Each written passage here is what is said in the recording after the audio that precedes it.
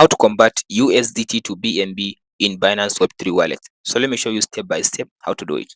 First up, after you open up your Binance Web3 wallet, so the first thing to do, go to assets. After you go to asset, now scroll to down and select USDT, the first one. So there is three type of USDT. There is this one, second one, and third one. Make sure to select this first one. After you select the USDT that you want to convert, so next thing to do, click on this swap. So the first thing to do, now here is now your USDT. So the next thing to do, now type in the amount of the USDT in this option.